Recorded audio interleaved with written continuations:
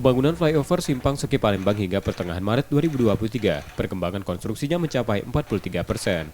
Pembebasan lahan yang sebelumnya jadi kendala, kini sudah rampung setelah tercapainya kesepakatan hibah lahan antara Kanwil Bea Cukai Sumbakstim dengan Pemprov Sumsel. Pengembang masih akan melakukan pembongkaran utilitas milik PDAM maupun PLN, setelahnya segera dibangun jalan samping flyover. Jadi di bawahnya ini lahan yang baru dibebaskan ini kan masih ada utilitas, ada pipa-pipa PDAM, ada listrik yang segera akan dipindahkan. Setelah itu langsung kita bangun untuk jalannya. Yang sisi Basuki Rahmat itu untuk profilnya sudah selesai. Ini masuk untuk pekerjaan rutin abutmen dan pilar. Sedangkan untuk sisi ekskantor ini setelah lahannya bebas ini, maka untuk frontage atau jalan samping flyover ini segera juga akan mulai jalan. Pembangunan jalan layang ini semula dijadwalkan rampung akhir 2023, namun karena pembebasan lahan sedikit terhambat sehingga diperkirakan selesai pertengahan 2024.